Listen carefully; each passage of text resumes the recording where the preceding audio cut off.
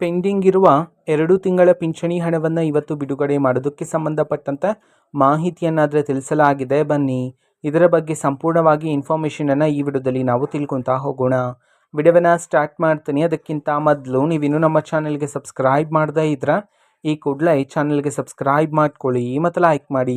ಬನ್ನಿ ಈಗ ನಾವು ಮಾಹಿತಿಯನ್ನು ತಿಳ್ಕೊತಾ ಹೋಗೋಣ.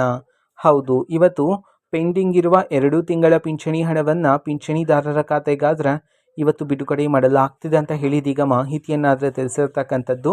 ಇದರ ಬಗ್ಗೆ ನಾವು ತಿಳ್ಕೊತಾ ಹೋಗೋಣ. ಮೊದಲಿಗೆ ಯಾವ ಜಿಲ್ಲೆಗಳಲ್ಲಿನ ಪಿಂಚಣಿದಾರರ ಖಾತೆಗಾದ್ರೆ ಇವತ್ತು ಪೆಂಡಿಂಗ್ ಇರುವ 2 ತಿಂಗಳಿನ ಪಿಂಚಣಿ ಹಣವನ್ನು 800 + 800 2 ತಿಂಗಳಿನ ಪಿಂಚಣಿ ಹಣವನ್ನು ಇವತ್ತು ಬಿಡುಗಡೆ ಮಾಡಲಾಗ್ತದೆ. ಈ ಒಂದು ಮಾಹಿತಿಯನ್ನು ನಾವು ತಿಳ್ಕೊಳೋದಾದ್ರೆ ಇವತ್ತು ಕರ್ನಾಟಕದಲ್ಲಿರ್ತಕ್ಕಂತಹ ಈ 14 ಜಿಲ್ಲೆಗಳಲ್ಲಿನ ಪಿಂಚಣಿದಾರರ ಖಾತೆಗಾದ್ರೆ ಇವತ್ತು ಪೆಂಡಿಂಗ್ ಇರುವ 2 ತಿಂಗಳಿನ ಪಿಂಚಣಿ ಹಣವನ್ನು ಬಿಡುಗಡೆ ಮಾಡೋದಕ್ಕೆ ಸಂಬಂಧಪಟ್ಟಂತೆ ಮಾಹಿತಿಯನ್ನಾದರೆ ತಿಳಿಸಿರ್ತಕ್ಕಂಥದ್ದು. ಬನ್ನಿ ಈಗ ನಾವು ಆ 14 ಜಿಲ್ಲೆಗಳ ಹೆಸರನ್ನು ತಿಳ್ಕೊತಾ ಹೋಗೋಣ.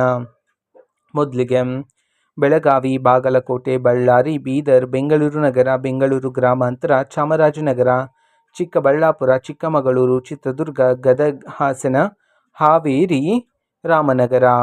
ಈ 14 ಜಿಲ್ಲೆಗಳಲ್ಲಿನ ಪಿಂಚಣಿದಾರರ ಖಾತೆಗಾದ್ರೆ ಇವತ್ತು ಪೆಂಡಿಂಗ್ ಇರುವ 2 ತಿಂಗಳಿನ ಪಿಂಚಣಿ ಹಣವನ್ನು ಬಿಡುಗಡೆ ಮಾಡಲಾಗ್ತಿದೆ ಅಂತ ಹೇಳಿ ಇದೀಗ ಮಾಹಿತಿಯನ್ನಾದರೆ ತಿಳಿಸಿರ್ತಕ್ಕಂಥದ್ದು. ಓಕೆನಾ?